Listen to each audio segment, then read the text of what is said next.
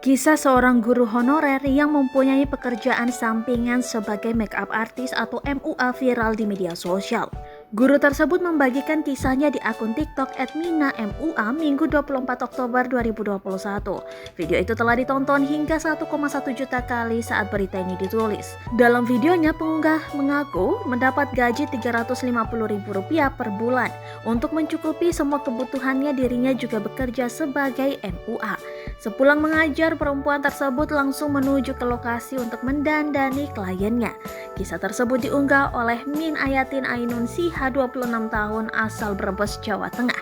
Perempuan yang biasa disapa Mina itu mengaku tidak setiap hari bekerja sebagai MUA.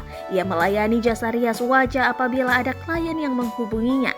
Mina sudah bekerja sebagai guru SD sejak 2019 lalu. Dirinya mengaku ingin menjadi guru saat masih duduk di bangku kuliah.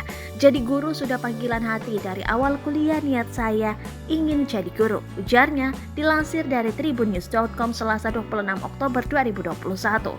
Ketika awal mengajar, Mina mendapat gaji sebesar Rp300.000 per bulan. Sempat mendapat Rp350.000, kini gajinya menjadi Rp450.000 per bulannya. Setidaknya dengan saya mengajar ini sebagai pengabdian, saya bisa memberikan manfaat untuk orang lain, meskipun gaji tidak seberapa, ungkapnya.